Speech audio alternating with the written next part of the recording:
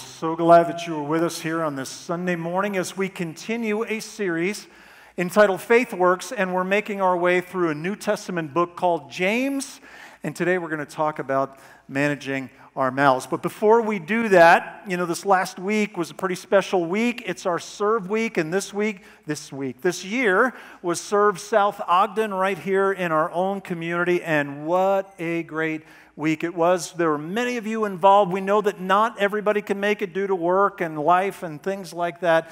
And so whether you were there or you weren't able to make it, we put together a little bit of a video to give you a sense of the things that happened this past week. Check this out.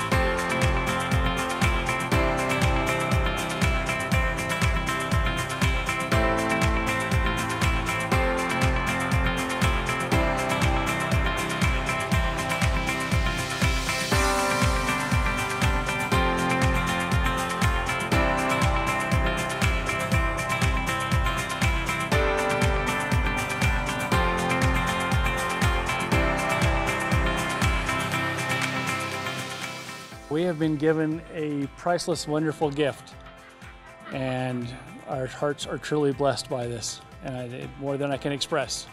It makes me feel super excited, and it makes me feel good because we were actually already talking about what we'd like to do. We would like to thank everybody who's coming and doing all this work for a good cause, making our community better.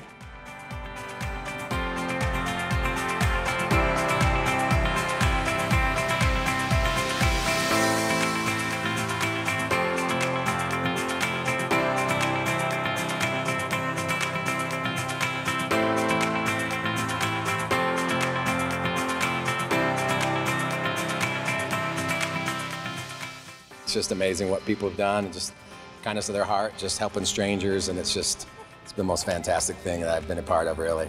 Somebody came to the door, offered me all this. It's like I hit the lottery, big time lottery.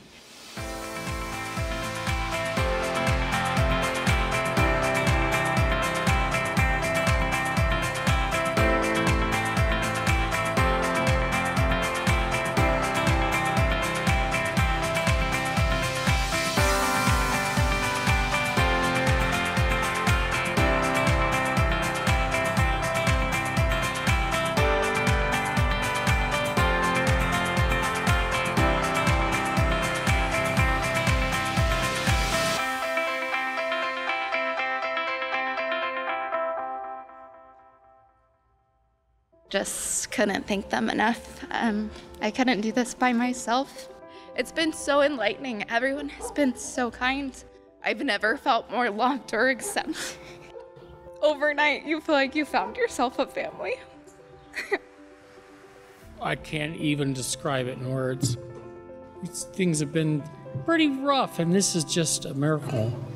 I couldn't believe it. I was just blown over.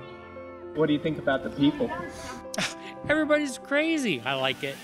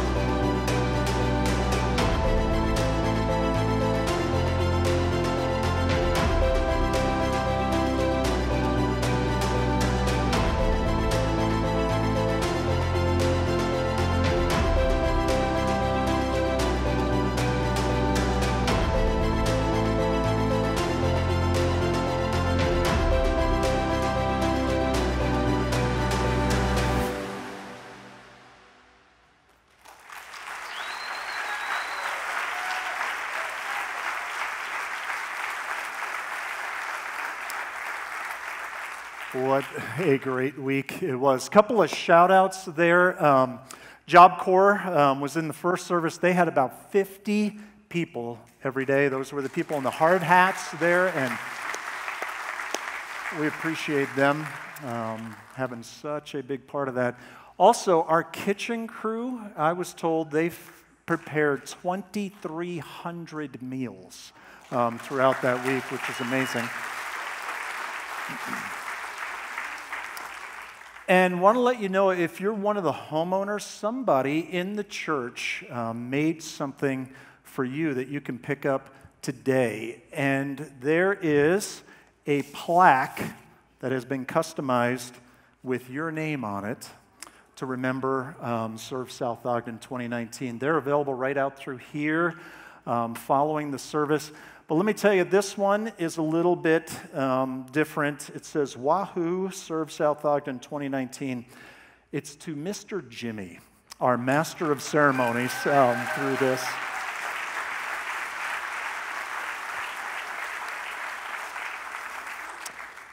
I don't know anybody who could put that together and pull it off the way that Jimmy does. In fact, I invited him to be up here to kind of, say some things about the week. And he said, no, I'll get too emotional. And if you know him, that is true.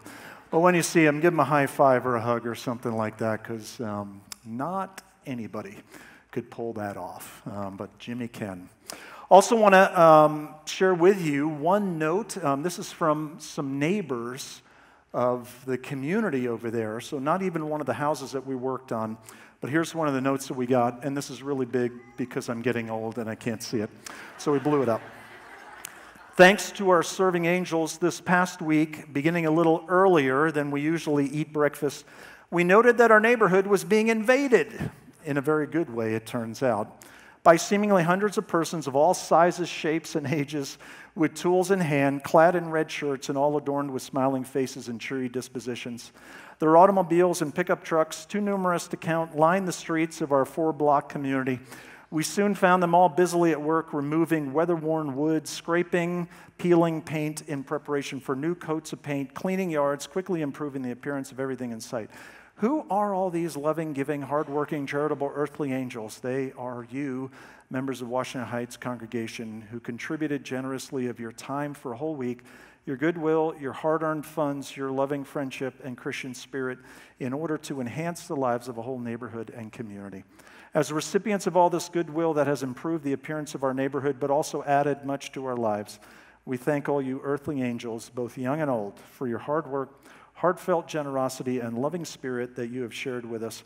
You are greatly appreciated for your kind and thoughtful brotherly love. Words cannot adequately express how good our community looks as a result of your work. To our new friends, and this was from Larry and Janet, saying thank you to all of you.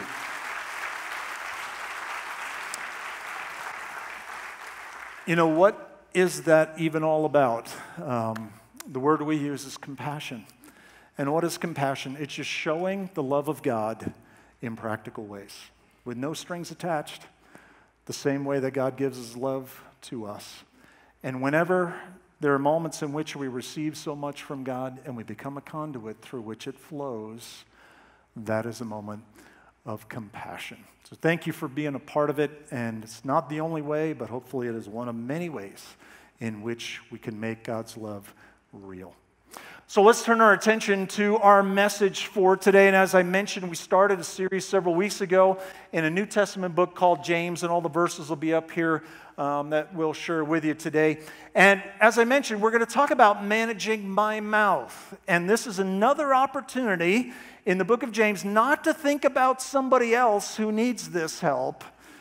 It's an opportunity for us to look at ourselves, okay? Don't think about anybody else. Think about yourself as we go through this. Here's how I want to start today. I'm a fan of snappy comebacks. You know, people who kind of get put on the spot with something, but man, then they respond with something. And I don't know, maybe snarky is the right word for that. And I'm from the East Coast where snarky is just kind of the operating system of all of humanity there, that if you're not snarky, they kick you out of there. And so it's just one of those things that some people are really good at it. Others, can even get themselves in trouble with it. Let me show you some good examples of it. One is from our 16th president, Abraham Lincoln. And one time there was a woman who accused him of being two-faced. And after being called two-faced, Abraham Lincoln said, I leave it to my audience. If I had another face, do you think I would wear this one? That's good. That's good.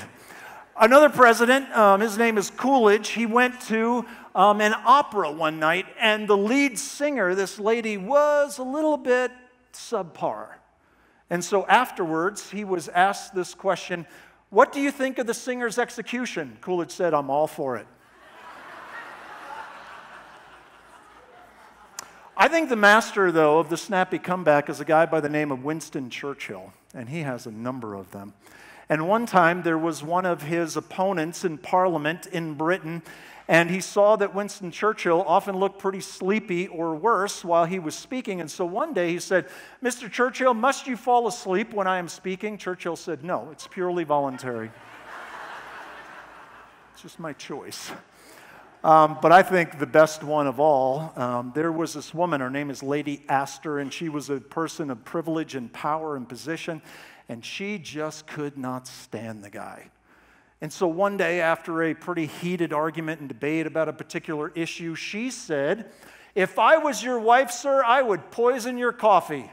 His answer, if I was your husband, I would drink it.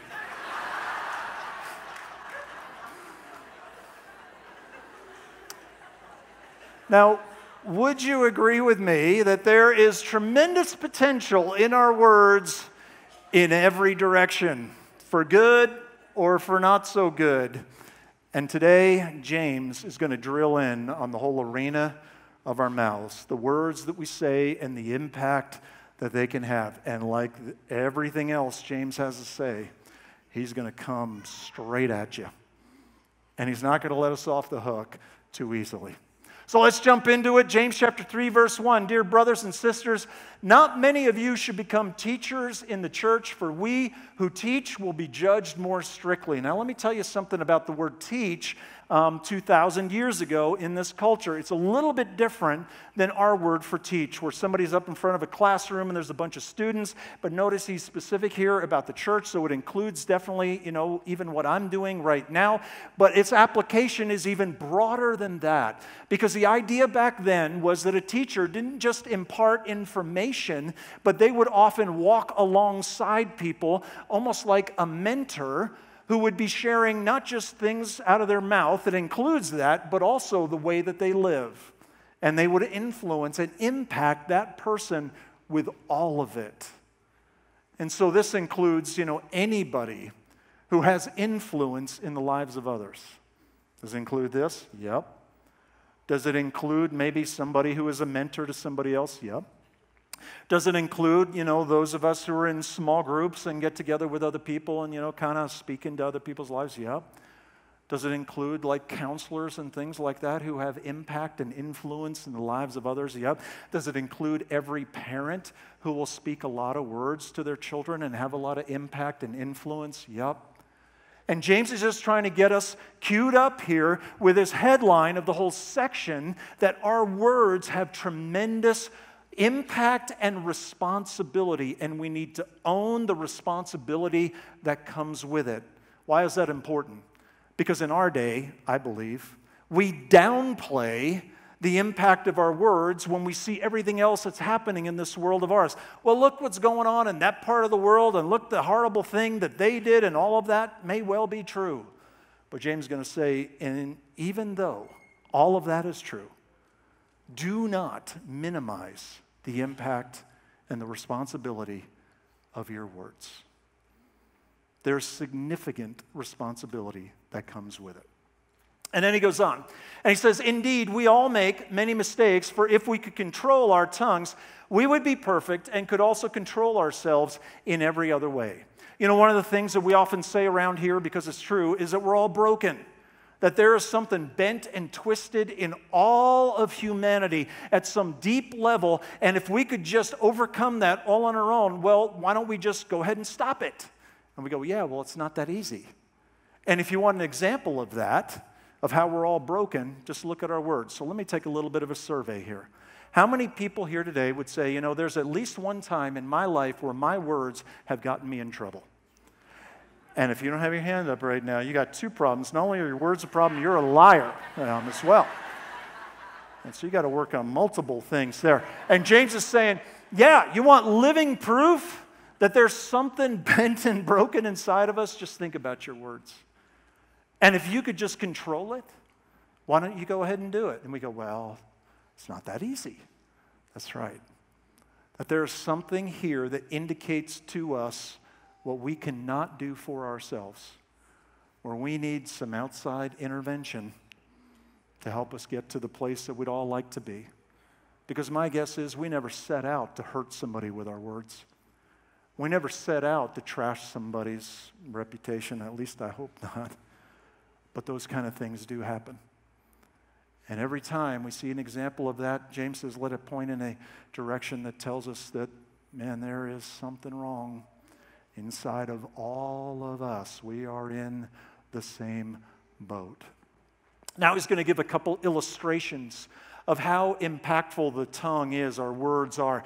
We can make a large horse go wherever we want by means of a small bit in its mouth, and a small rudder makes a huge ship turn wherever the pilot chooses to go, even though the winds are strong. And back up one. In the same way, the tongue is a small thing that makes grand speeches. And what he's telling us, really, the principle of all of this, something small can exert enormous impact. And again, we may downplay even the significance of it, but the impact of it is pretty big. He gave us those two examples, and you think of just that little piece of metal in the mouth of this huge, powerful animal. And it can turn it in one direction or another, or get it to stop, or get it to go. Or maybe on a huge ship.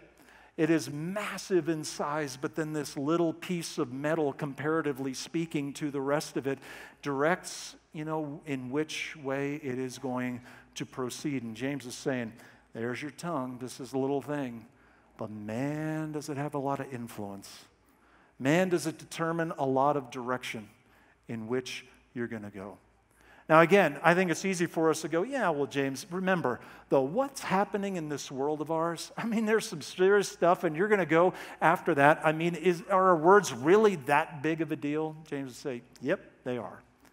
And there are ways that we downplay the impact of our words, where we would, make it not that big of a deal. Let me give you a couple examples of some expressions that we might say. Well, it was just a little white lie. And the implication that comes along with that is, it really doesn't matter. There are big and serious lies, but what I did is just a little white lie. I mean, because it didn't hurt anybody, and who decides that anyway? But it, in the scheme of things, doesn't amount to all that much. How about this one? That was just a slip of the tongue. As if somehow in that moment my tongue wasn't tied up right and something came out of there that is totally not my responsibility, so you can't really, hold me, responsible for that. It was just a slip of the tongue. Didn't mean it, wasn't serious. And James is going to take us in a direction that says, let's rethink that whole idea. How about this? I just like to be brutally honest. And that's usually said after something that was said that was pretty brutal. And somebody once said, most of the people who say this probably prefer the brutality more than they do the honesty. That we say something and then we qualify it in some way to minimize the responsibility that we have or the impact that it might make on somebody else. And then there's ways that we couch our negative words. Right? So we're going to have, kind of a negative impact there, but we're not going to make it seems so bad. For example, I don't mean to gossip, but, and then we go ahead and gossip. Right? I didn't mean to, but I'm going to go ahead and do it anyway.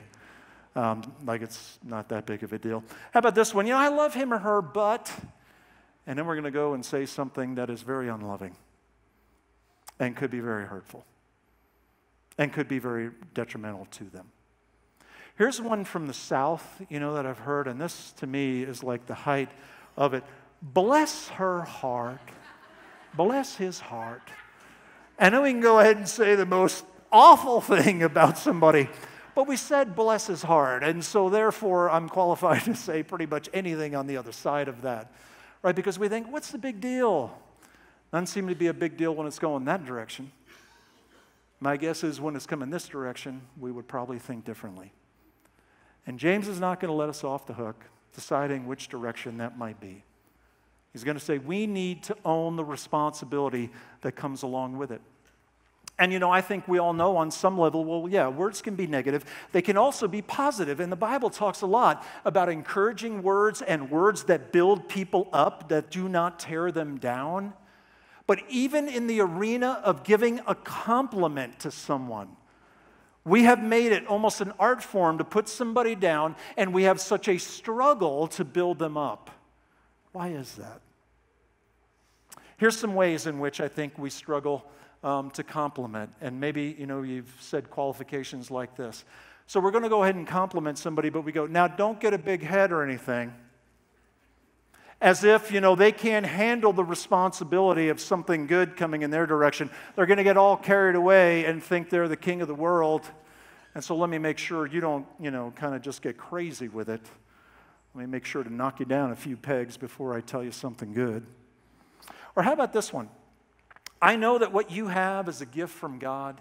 Let me give you an example of that. The young lady that was singing over on this platform a little while ago, her name is Kimber, and she has this amazing voice. And imagine seeing her after the service, and you say, I know that what you have is a gift from God, and you can't take any responsibility for it because you didn't do it. And God could make the rocks sing out if he wanted to. He doesn't need any of us. He certainly doesn't need you. But you sang good today. Thanks.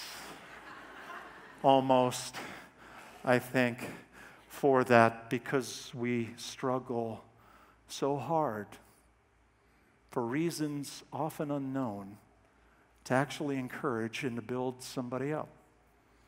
How about something like this? He's an excellent salesman, but he doesn't really have a personal touch. And so the things that we recognize that are good, we're going to knock them back down a notch by something else. Yeah, she's really smart, but she doesn't have any common sense. Let's not make sure that she doesn't get too carried away with this. Yeah, she's a great surgeon, but man, she doesn't mind charging you for it. And we find these ways, even with the good things, to knock them back down a peg. Another way we do this, do you ever play the comparison game? Or this may be, the one-up story. Like, yeah, you did well with your project, but man, you should have seen what she did. Yeah, yours is good. Hers is great. Or how about this? Maybe your kid got straight A's, and somebody goes, yeah, my niece did that too, but her classes were all honors classes, so, it's a little bit harder. Well, yours was good, but what hers, did is even better. Why is it so hard to build and so easy to tear down? James goes on. But a tiny spark can set a great forest on fire, and among all the parts of the body, the tongue is a flame of fire. It is a whole world of wickedness corrupting your entire body. It can set your whole life on fire, for it is set on fire by hell itself. Is that strong language? Yeah, that's pretty strong language, isn't it? And it's kind of a picture that looks a lot like this, something we're pretty familiar with these last couple of years with these runaway wildfires that have caused so much destruction. And James is saying, you know what? Our words can do this, but with each other. And we know it's true, don't we? Because sometimes words have turned neighbor against neighbor and nation against nation. Words have ended marriages and pulled families apart. And my guess is all of us could come up with a few examples of words that were exchanged, and now all these years later we look and it's just like scorched earth there. What happened? Well, back it up. Bunch of words. And James said this 2,000 years ago, but I'm not sure that we've really learned this lesson through the years. Still as alive and relevant as ever. So he goes on, he says, well, people can tame all kinds of animals, birds, reptiles, and fish, But no one can tame the tongue. It is restless and evil, full of deadly poison. Sometimes it praises our Lord and Father, and sometimes it curses those who have been made in the image of God. And in this moment, James tackles something that I bet every one of us says, yeah, you know what? That is not right. It's those moments when our mouths maybe sing some of the songs that we were singing before about the goodness and the greatness of God. And then maybe on the ride home from the very place that we sang those words, we feed somebody into a verbal wood chipper and just demolish them. And James is saying, what is that? And where does that come from? And he points out this dichotomy, and he says, and so blessing and cursing come pouring out of the same mouth. Surely, my brothers and sisters, this is not right. And again, it's so easy to see that when somebody else is doing it. And it's so hard to see it when I'm doing it because I always feel justified, right? I'm always right for saying that in light of what happened. And James is going to tell us, no, you don't get off the hook of the responsibility that come with your words. They are going to have an impact, and what you do with them is really going to be up to you. And now James is going to get to the heart of the matter here. And he says, does a spring of water bubble out with both fresh water and bitter water? In other words, he's saying, what comes out of a spring on the surface, what's it going to be? Well, quite simply, the thing that is down inside of it. It can only produce what is inside of it. And James is going in the direction of saying the words that come out of our mouth don't just originate with our tongues. There's something deeper that's going on, and it's inside of our hearts. And what the mouth says is an indication of what's inside of our hearts. Another example of that, does a fig tree produce olives or a grapevine produce figs? No, and you can't draw fresh water from a salty spring. What is a fruit tree going to produce? What it is. It can't do anything else. It's what's wired into it. It's what's inside of it that will ultimately come out of it. And this is a really important thing for us to understand because many times we want to let ourselves off the hook when it comes to our words. And we'll say things like, I don't know where that came from. It's not like me to say something like that. Well, let me give you a little bit of an illustration for what James is talking about here. And so I have this mug with these beads in it. And let's just pretend the surface level here, this is our mouths, okay? And this is me starting to talk. And let me give you a little bit of a quiz. And you didn't have to study for this quiz. What came out of the mug? It was what was inside of it, right? Aren't you glad that you showed up today to be able to get that, nugget of wisdom? But here's why that's really important. Because James is saying, you know what? The words that come out, they're coming from somewhere, and that somewhere is inside of us. And that's why when we say things like, I don't know where that came from, James said, I do. Came from inside of you. The only thing that can come out is what's inside. That's not like me to say anything like that. And James would go, yes, it is. Because it came from inside of you.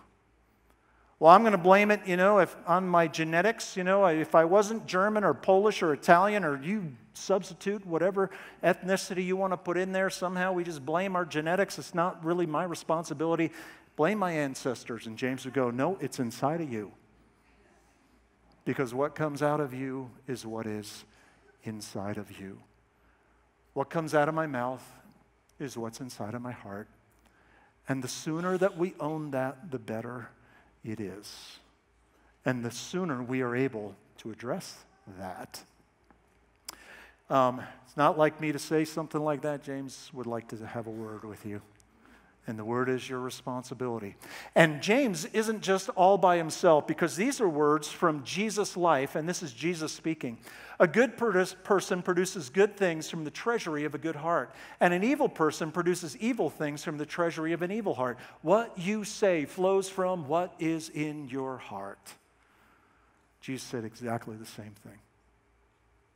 And so we get to the end of that, and I think, there's something inside of all of us that go, yeah, you know what? If I was being honest with myself, he's exactly right. So, James, what's the solution? Help me out here.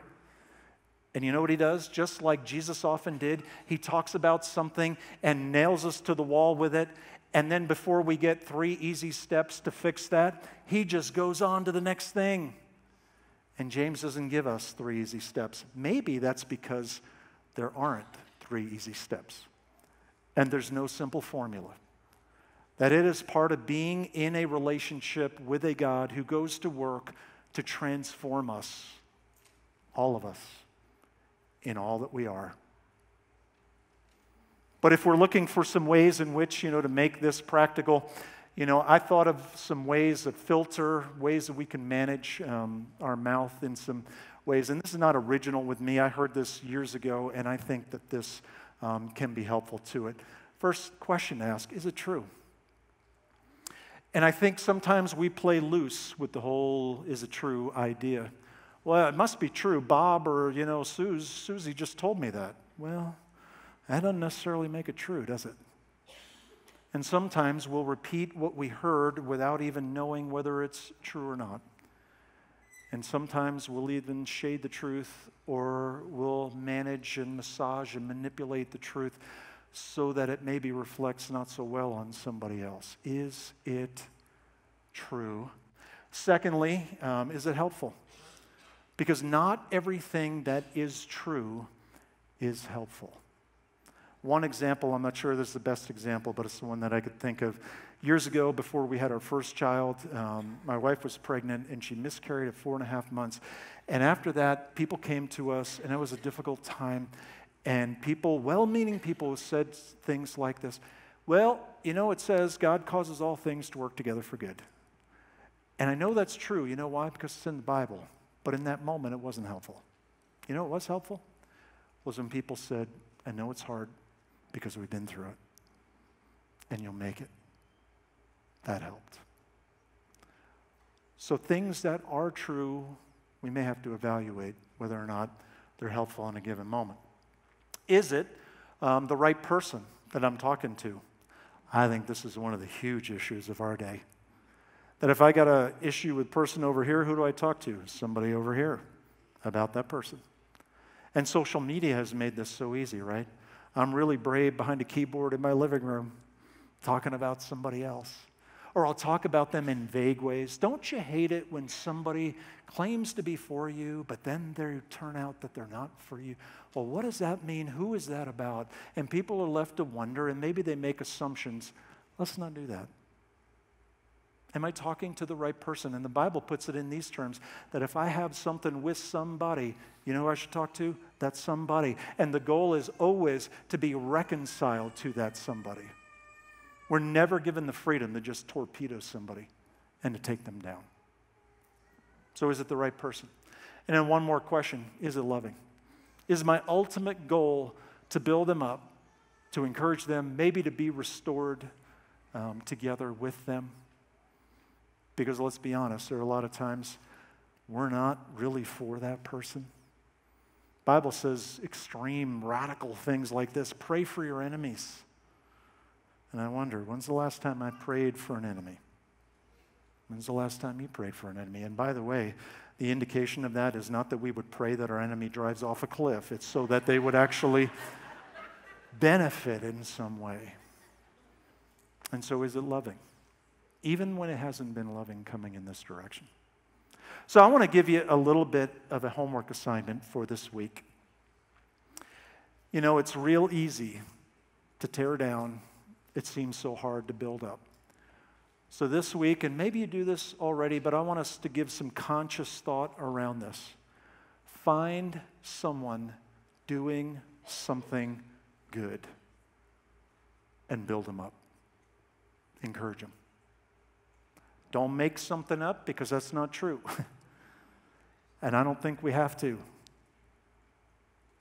But more and more, I think in those moments, we have the opportunity to learn exactly what James is talking about, that there's tremendous potential with our words for good or for bad.